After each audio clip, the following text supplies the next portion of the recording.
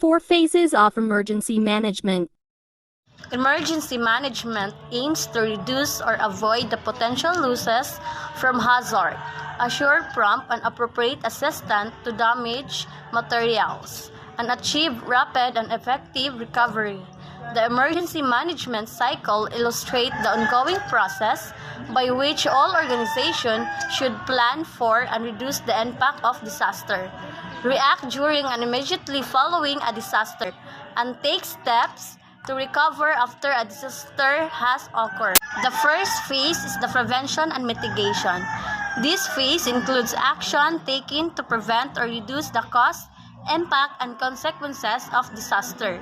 Examples of hazard mitigation include tying down homes or barns with ground anchors to withstand wind damage, digging water channels to redirect water, and planting vegetation to absorb water.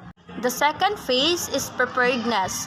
This phase includes planning, training, and educational activities for events that cannot be mitigated.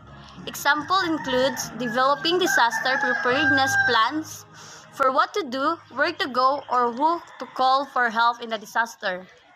Creating a supply list of items that are useful in a disaster. The third phase is the response. The response occurs in the immediate aftermath of a disaster. During the response phase, business and other operations do not function normally.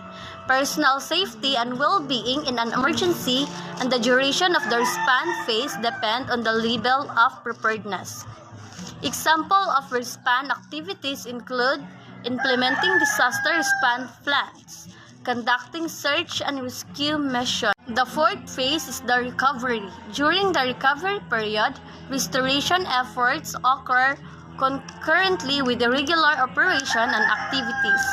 The recovery period from a disaster can be prolonged. Examples of recovery activities include preventing or reducing stress-related illness and excessive financial burdens, and rebuilding damaged structure based on advanced knowledge obtained from the preceding disaster.